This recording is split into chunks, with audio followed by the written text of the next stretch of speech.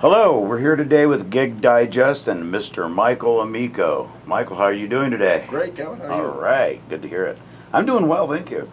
Obviously, you know, the history that you've already established for yourself, playing, teaching, studying bass for 35 years. You've toured, you recorded nationally, internationally. Pat Travers, recognized by the one and only Mr. Mike Varney. As a matter of fact, I must say, Billy Sheehan got a start from a statement that Mike Varney actually made about him. And he says the same thing of you, a monster bass player. And I agree. So, Mike, how are you doing today? I'm doing great, Kevin. Good, Great. good. What's going on in Mike's world now? Playing bass for a living. Attaboy. Obviously, you're working here at Bass Central. What's your position here at Bass Central? I general manage and basically run the store for Beaver. What about purchasing? Do you have a word that comes in? Yeah, I do all the purchasing, all the ordering, everything. Good taste, gotta say.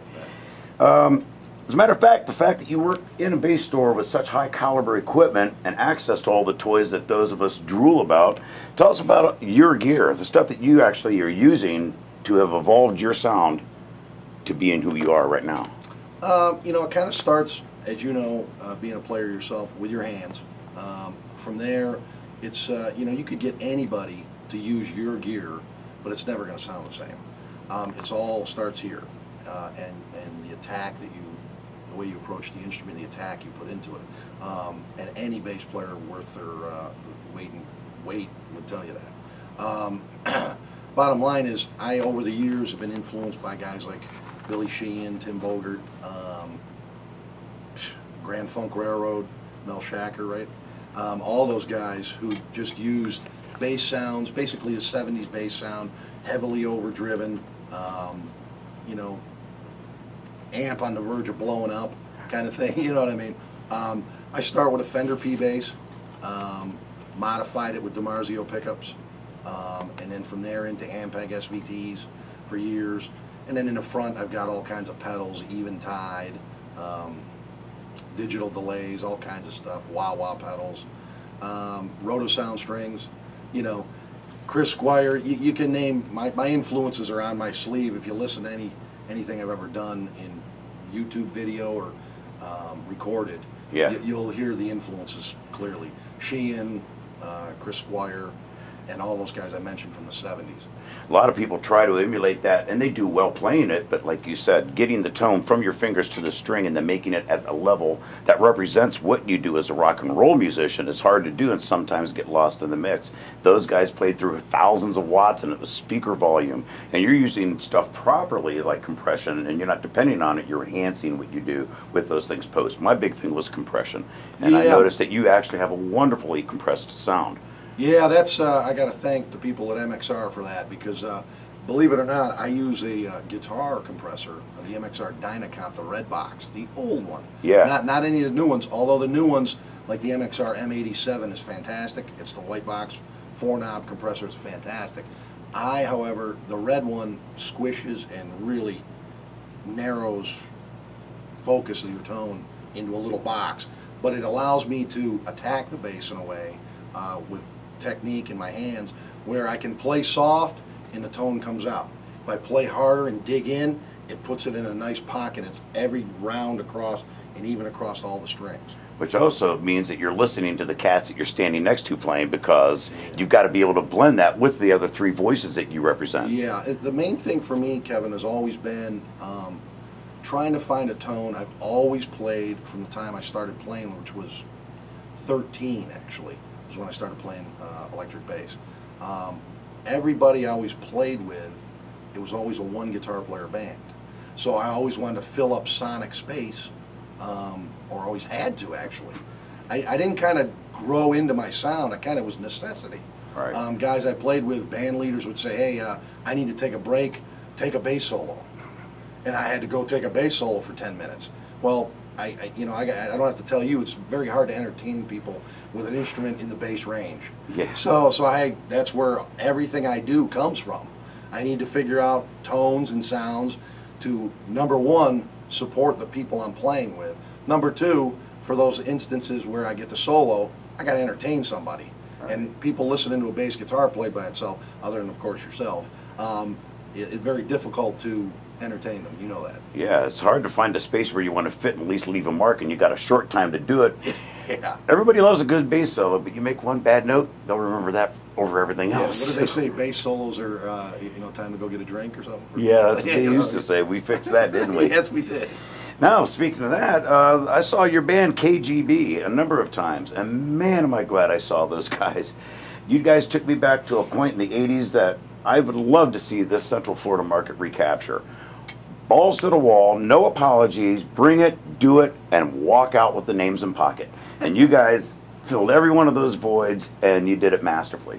The guys you playing with all played well together. How long have you known those guys? KGB I've been in for about 5 years. But I got to tell you that the core nucleus, which is Chris Knapp and Joey Frati, they've been together 14 years. Wow. That's the drummer and the singer. As everyone knows, our guitar player Bob Gamm passed away tragically, and we went through a couple different guitar players and found Craig Smith, who's just all my guys I play with. Chris, Joey, and Craig are just amazing musicians. Craig Smith, I got to tell you, he's probably one of the best I've ever played with. I've played with Pat Travers, who's you know that deal. You played with him. It's just some amazing musicians. Craig's just amazing on every level. Classical guitar player. He does things that on his own in his private time that no one really hears from him. So they're all amazing guys and amazing players. They bring it every night, which is one thing. There's so many good bands, Kevin, in this Central Florida circuit. The only thing I would like to see is everybody bring it every night. Don't take a night off, because you got to remember, on the other side of that, people are out there wanting to be entertained. Sometimes we lose sight of that as musicians. I think we're tired, or the party gets us, or the booze gets us, or whatever. But on the other side of that, you got to bring it every night. Yeah, like I always said, the stage ends where the monitors are, but that's just rehearsal. Yeah. Anything past that is the entertainment dollar. Yeah. And people have very short memories when it comes to, the norm. They get used to things. They get jaded, become a little bit comfortable. Yeah. So when you bring enough every night that even they came see you do the same set list tomorrow, it's just as good. That makes an impression night after night. And that takes all four guys working together as a unit. Sounds a little cliche, but if you don't gel, it's just four guys struggling for airspace. Yeah. You guys actually produce one sonic volume that there's not a dead corner in the building. Yeah. And I take the time to walk around these dead corners and see how reactions are, and I was blown away. Where are you guys playing next?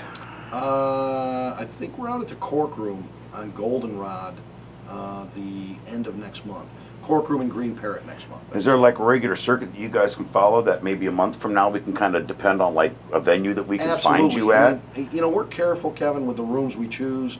I mean, there's been, since KGB's been established for 14 years, there's a lot of clubs that call and want KGB, but we're not that band that will work everywhere. And I'll tell you why. We're not for everybody. And it doesn't do me any good to go into a club and say, hey, here's my band. We're a loud, aggressive, 70s influenced band. We make no bones about it. My drummer's not going to tone down and play light. I'm not going to play quiet. Craig's not going to play quiet. And Chris is not going to sing top 40. It's just not going to happen.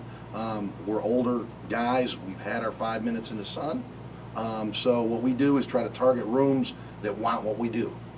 Simple as that. So there's 5, 6, 7 clubs that we do regularly. Okay, now again, mention the guy's names in the band, the drummer. Joey Frati. And how long have you known him? Joey I've known probably about 7 years. He actually approached me to play with KGB many years ago. And the way the guys in KGB are, kind of get a bad rap a little bit because people thought they had egos for years, but they really don't. They're just quiet guys. They're the nicest bunch of guys you ever want to meet.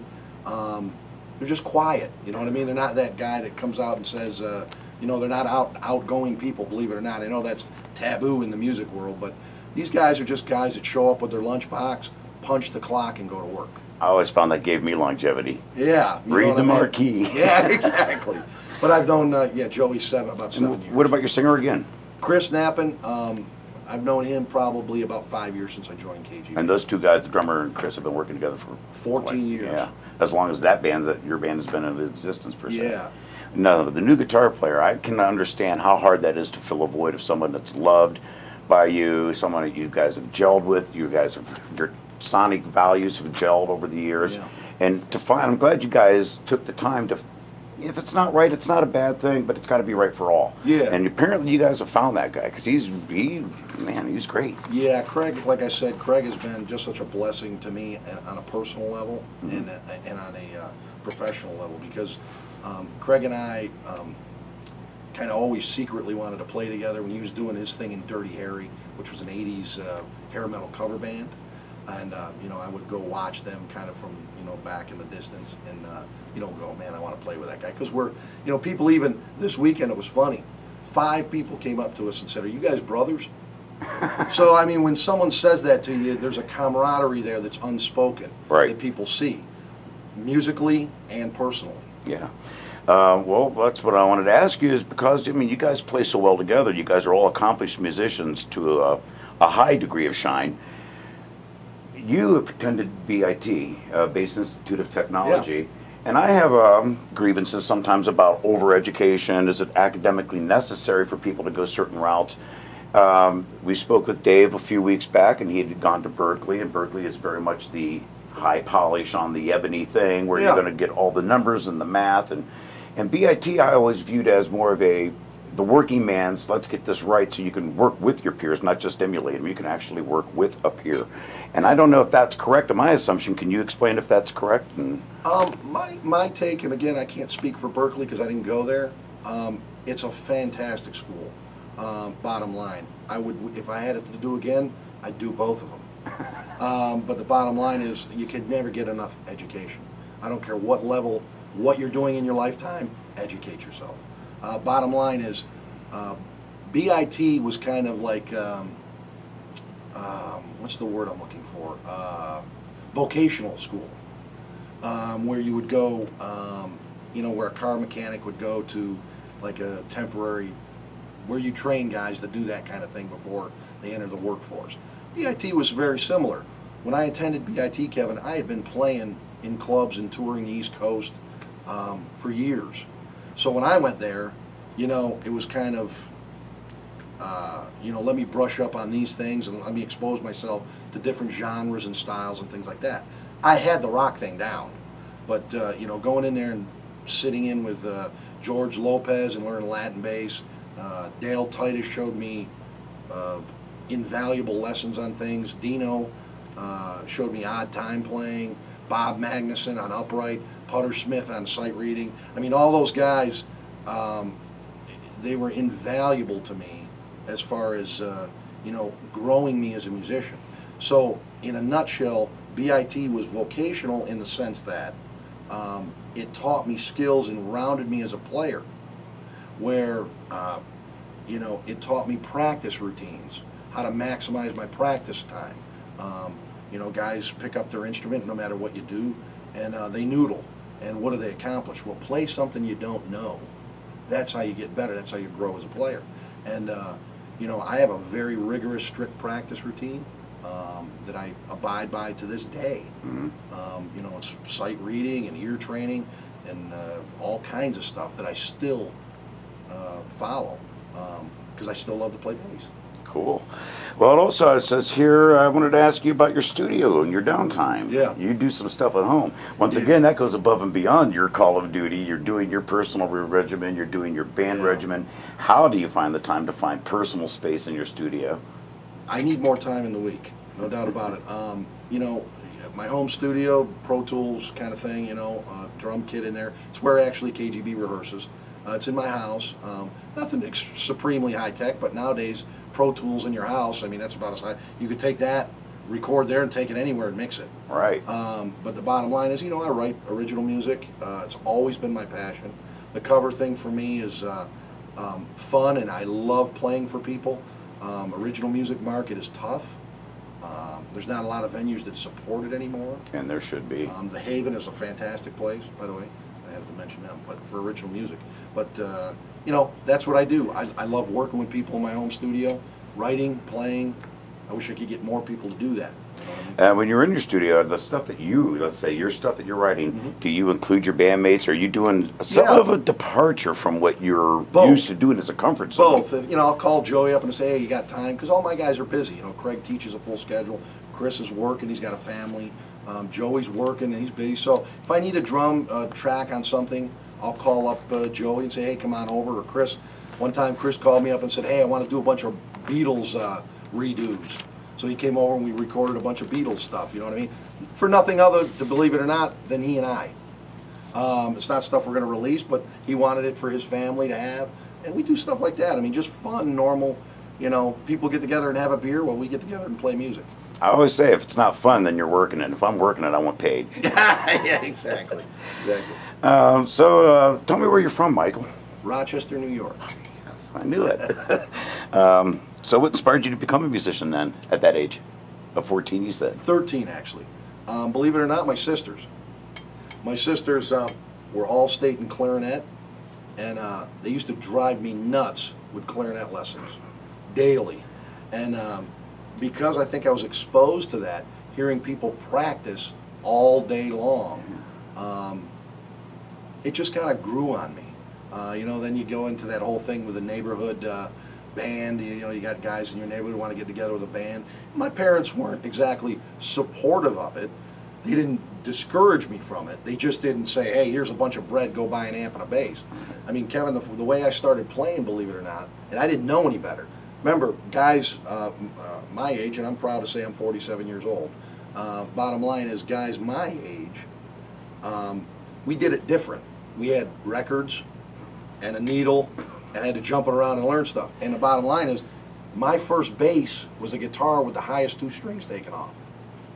So that's how I learned bass, because my parents wouldn't give me the bread to go get one. It wasn't that they weren't supportive, they just wanted, you know, this music thing, it was foreign to them.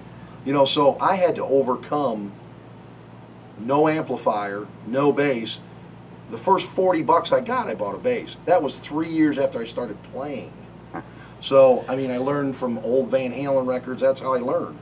The first Van Halen record, listening to Michael Anthony, that's how I learned to play bass. With a guitar with the highest 2 strings taken off. And I thought I was the king. I thought I was doing the right thing. And in your neighborhood at that time, you probably were, because there was no one else doing it. So well, I didn't know any better. You could write your own rules. Yeah, I didn't know any better. So after speaking about BIT in Berkeley, I mean, do you feel that being classically trained, or agenda, you know, as far as academics go, or do you think your instincts help you get further faster? I think it's a combination of both. Like I said, in life, you have to be educated. You have to pursue excellence in education. You have to want to grow yourself as a person. Instincts do drive an individual towards a goal. Set goals, follow your instincts, and get educated. Those are the 3 things that I would always recommend. My instincts, I've not made, and I've not made too many wrong decisions. That's a good thing. I follow my gut with a lot of things, and you know, it's turned out okay for me. So would that be, let's say, a good advice for a beginner or somebody coming to you for mentorship, wanting to know how they can get through certain doors, and you would suggest that very same? Yeah, I would suggest you know, getting with a good teacher. I would suggest, more importantly, getting with good people, keeping good people around you, and matter of fact, it's funny you bring that up. This weekend, Friday night, I sat in with a bunch of 13-year-old kids over here at the Green Parrot that opened for KGB, a band called Just Cause. And they've got a School of Rock kind of band thing. And they actually, I sat in and played bass with them. And there's a bunch of 13-year-old kids, and I got to tell you, it was one of the highlights of my career. Just so refreshing to see young kids. Harkens you back to that glimmer you saw, but you didn't get to see it, and this time you got to. As far as like what the current state of this industry is, I mean, it's apparent, everybody knows it's taking hits. A lot of free downloading. It makes it so easy for people to get themselves out there, which is good. What has it done for you or to you as far as the way the change has gone in this industry as of late? The change, the downloading thing, the record companies knew what they were doing. or they wouldn't have allowed it. Yeah. They knew where the money was going to be in the future, and they just let it happen. Or they could have prevented it, bottom line. The industry's changed dramatically because the economy has changed. People work harder for their dollar, they work longer hours. When they go see a show, they want it to sound like the record. The days of when you and I went to see Van Halen, it was $11 a ticket, and it was so loud you couldn't hear anything but Eddie's guitar and the snare drum and David Lee Roth on the top. Bottom line, the industry's changed, and you kind of got to go with it. How's it affected me? I just keep going. You know, I do what I know how to do, and I can't let any of that affect me. I don't do it for the industry. I do it because I love to play. That's a really nice answer. Well, I was going to ask you, what would you do if you could do it all over again? Would you do anything differently?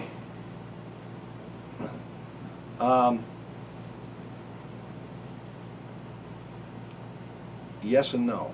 I wish I would have known a little more about the music business side of things, because that's a whole separate side to playing an instrument. Right. There's a business and there's playing, and the two sometimes do not meet. In fact, most times do not meet. If I would have learned about the music business a little before I went into doing things on a higher level, I probably would have been a little more prepared. But like all of us do, you know, you practice 9, 10, 11 hours a day. You're riding the gig, playing in the back of the van, trying to learn tunes and trying to work on your stuff. Oh, band leader wants you to solo for 15 minutes tonight. Okay, well, you got to do something else. Okay, so the bottom line is I kind of wish I would have known more about the business side of it. Okay. Do you think, speaking of for yourself, do you think that you're more dependent on the outside influence of an agency or agents, or the access to the venues through an agent, or is it better to just actually get out there and put your boots on and hit the mud? Both. Again, there are no absolutes. You have to do both. You have to work with people in that word, the industry. Agents are invaluable.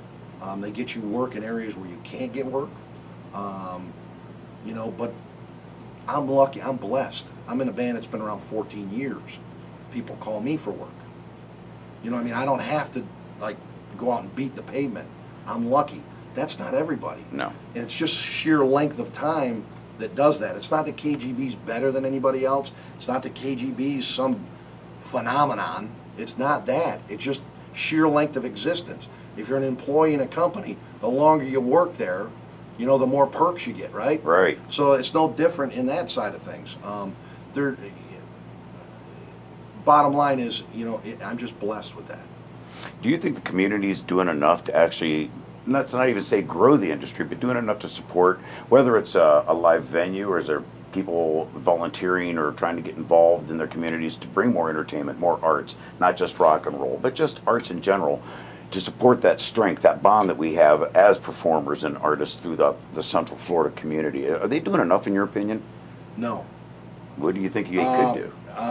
I think people, when you say you saying the community itself, or venues, or just in general? Let's say, for instance, you know, clubs have a bad reputation because they're open till late hours of the night, and there's people drinking and driving after the hours. You know, and a lot of people actually shun the fact that there's a live entertainment place down the street from their house because they don't want people in a parking lot at 2 a.m. Well, I can't really blame them, to be honest. I mean, you know, I'm 47 again. You know, where I live, I wouldn't want a nightclub next to me. But having said that, at the end of the day, the community is responsible for whatever's in it. You know, some of these clubs are less reputable than others, and in my opinion, they shouldn't be open. Yeah. The people that do business the wrong way should be closed. The people that do business the right way should flourish, and the community should get behind that. That's what I wanted to hear, because a lot of times people take one bad apple and turn the whole batch bad, and it's not the apple doing it; it's the person looking at the bad apple. Bottom line, yeah, you could have, you know, Pablo Escobar open a club up the street, and I don't know if anybody knows that name. That's an old name for, you know. Our days. But I mean, he was a less than savory character. Yes. You know what I mean? And the bottom line is, if he opened up a club, you can bet certain things would happen in the club. So the bottom line is, I mean, yeah, you got to, the club where you open the business has to be responsible to the community as well.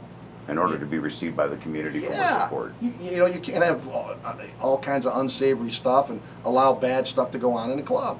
Or the community has a right to shut you down. Yeah. In my opinion. Music business in general, has it actually enhanced your life? Or has it, is there any drawbacks, maybe, let's say, a regret? I don't think a regret, Kevin. I think more, you know, sometimes I look at the sacrifices in kind of down, quiet time, personal time. I look at kind of the sacrifices I've made with relationships and family life, and I regret that, I think, because you know I put so much time into touring and playing that I just haven't had a ton of time for that. Well, I'm going to ask you a fun question. Tell me about your favorite gig. They're all my favorite. They're all my favorite. I haven't played one that isn't my favorite. I know that's kind of a generic answer. I could tell you we'd have 4 more hours if I could tell you. As you know, you played with Pat Travers yourself, and Rick Darren and Molly, everybody. And I should be interviewing you, actually. But the bottom line is, they're all my favorite still. Every time I get up there, there's something new and fresh every time. I know that sounds kind of cliche, but it is. Even at this age, even after doing it for 35 years, I still take something new and different from every gig. Even in the club scene. You know, I've played with Pat to 15,000 people at the NAMM show with Kiss, Brother Kane, and Fleetwood Mac, for God's sake. I met Gene Simmons. That was a favorite gig at that moment. Well, this weekend, Friday night, playing with Just Cause, a bunch of 13-year-old kids, was a favorite gig.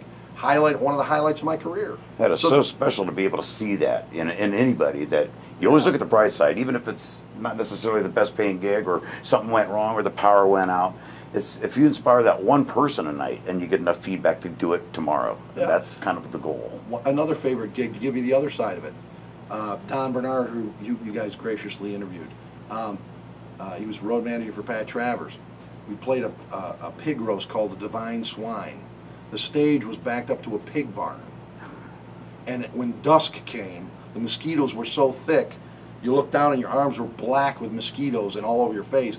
And Don was up there spraying Pat, me and the drummer was off to get the mosquitoes off us. So you'd think, well, that's one of my favorite gigs too. It's a memory. You'll take all those with you. They're all moments in time. Hear, hear.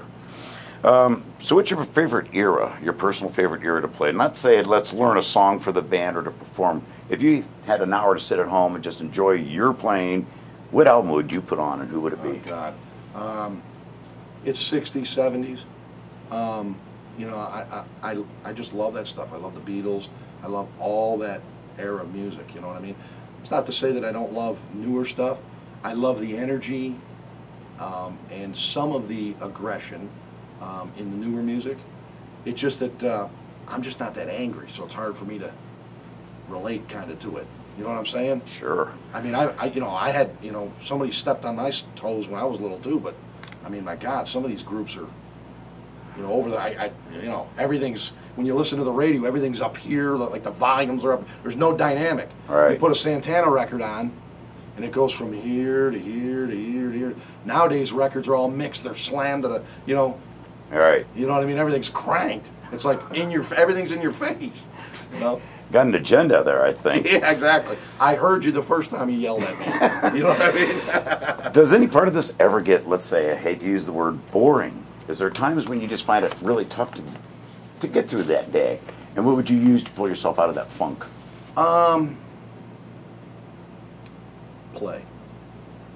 And all else fails. Yeah, I play bass. I mean, if I have a funky day, or if work here at Bass Central, which is, you wouldn't believe, Bass Central is a 10 million pound gorilla. We sell all over the world. I talk to hundreds of people a day about bass guitar, minute details, because we don't just sell your standard Fender kind of thing. Right. We sell alembic basses that are $15,000, $20,000. and they'll talk about a 16th inch laminate of ebony and how does that affect the fourth order harmonic. You know, so you can imagine, you know, talking to 100 people a day. While I love my job and I love talking to people about bass guitar, you know, if you get 100 of them a day, it can be taxing on the spirit. Right. Sometimes. So I go home and play bass. Cool. Well, in closing, I want to ask, what's in your future? What do you got planned for the next year? Next year, you know, Kevin, in reality, I'm working towards a jazz kind of thing. I play a lot of upright bass nowadays, and you know, in all actuality, maybe I just could never see myself in you know, this is not to put down or try to discourage people from keeping playing, but I just can't look at myself playing Godsmack at 50 years old. I just don't want to do it. Right. You know, musically, I've been trained, and I want to play jazz. I play upright a lot, and that's kind of where I'm headed. You know, maybe 3-4 more years, I may be out of the live cover band business. I don't know. We'll see where it goes. It may go another direction. Yeah. And be doing like major jazz stuff. That means you would actually at some point either have to gel with the people that you're working with in order to go that direction, one or two or all, or find even a new group of peers that would support that. Yeah, I'm actually working with some guys, and like I said, back to the home studio, working guys. That's why I love to work with anybody who wants to come over and write, because I just love to play, and I think my future is, you know, the environment you play, Kevin. The other thing is in the clubs, you know, it's taking a toll on me physically. Yeah. You know, I'm not a smoker, but all that kind of thing has affected me. Right. You know, I go home after a weekend of gig and I'm wheezing. You know what I mean? So it bothers me physically. It really does. And you know, it takes me 3 days to clear my lungs out from that. So that part of it I won't miss. You know, but you know, jazz and things like that, other forms of music is where I'm going. Well, Michael Amico, we at Gig Digest greatly appreciate your time, your input, your insight, your history. It's a valuable tool for everybody to hear and know it's here. I appreciate you talking. We all wish you the best of luck in your future. Thank you very much. Thank you for your history. No, thank you very much. You're welcome.